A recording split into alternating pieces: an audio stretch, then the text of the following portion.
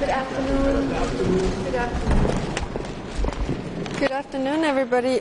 So we have the Defence Ministers meeting coming up, and there's a lot to discuss. I mean, first, of course, we have the new Defence Minister Fedorov of Ukraine, who is known for its defence innovation. Really, he's participating in the meeting. What is important is to know that Russia is not winning this war. The casualty rates are surging.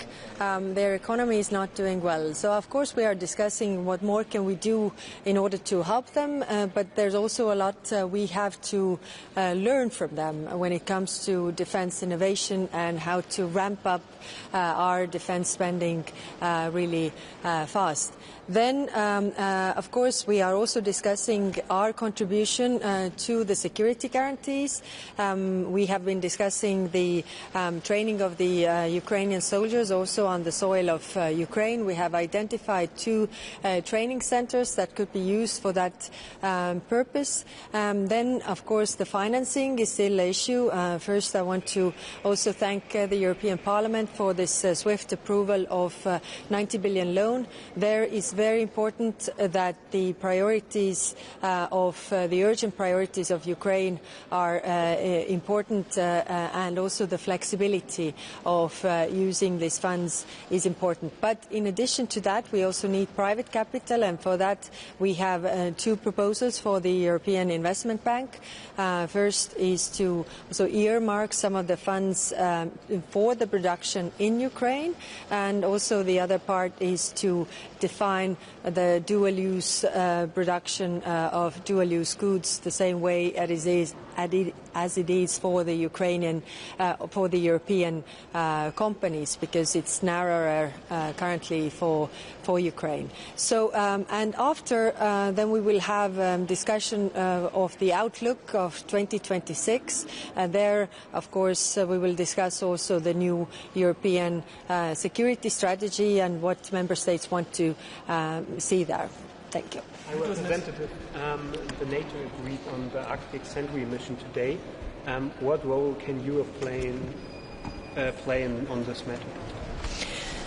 Well, European countries are also part of NATO. That's very clear. We are in European Union also developing our own new Arctic strategy. What is different from the previous one is that the previous ones address the climate issues, the research issues, fisheries and environment, but didn't address the security issues. So we are definitely contributing to that. But I was just recently in the Arctic, and I think it is also important that we, of course, remain vigilant, but don't draw our attention away from where the threats currently are the acutest, which is, of course, Ukraine. How much of the concern the focus does seem to be on the Arctic rather than Ukraine?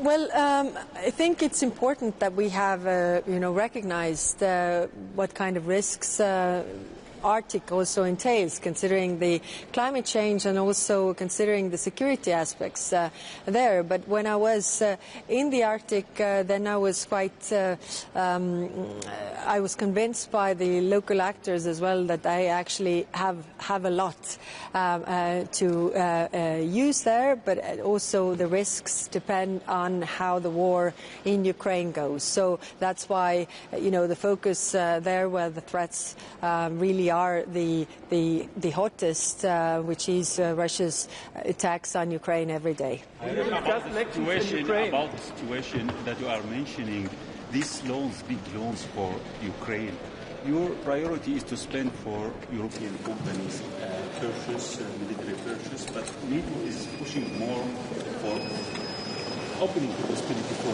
U.S. to participate, but also the same aspect. You mentioned the last time the conflicting relationship with NATO. You said we have to look what NATO needs. Well, we have very good relations with NATO, and actually we have really coordinated our steps so that we don't duplicate in any way. NATO has capability targets, but member states need to fulfill those capability targets, and that means the industry needs to also align with this. Now, using the 90 billion loan, the flexibility is very important, and that's why we have built in sort of cascade method. If European companies or Ukrainian companies are not able to provide the capabilities that Ukraine needs or produce them right now, then the money goes outside. I think it's also, push for competition inside the European defense industry to move faster, because otherwise you will just lose the money. Can you please tell us, can Moldova count on European support on the basis of the presented action plan for drone security, and on a practical level, how can this happen?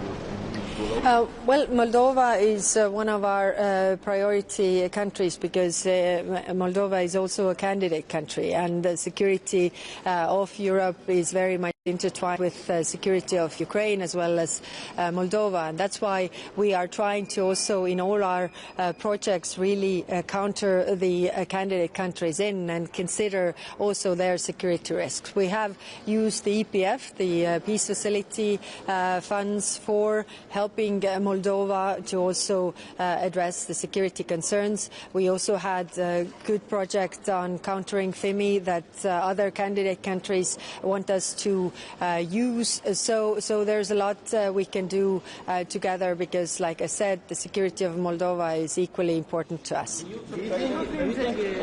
Today you will discuss also on Middle East, especially in Syria, because right now more than 10,000 members of the ISIS in jail. So some of them, they are originally from Europe, from Belgium, France, Germany. So could you tell me, Europe is ready to take them back? Yes, the issue of the ISIS camps is really our worry as well.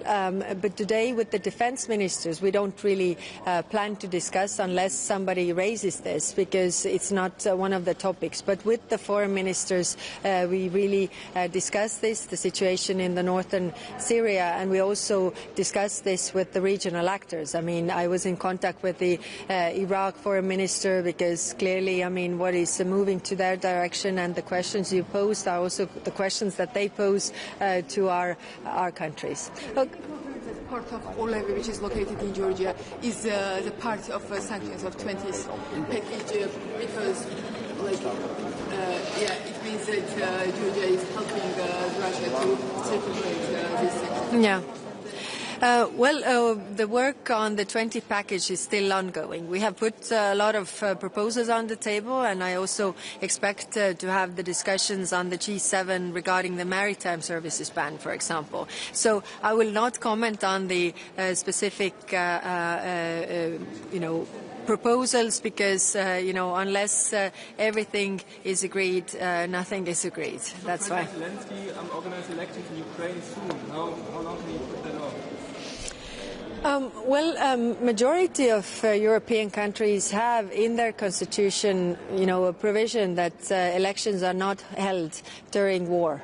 And why? Because, if you have elections, it's always fighting inside between different factions. And when you have outside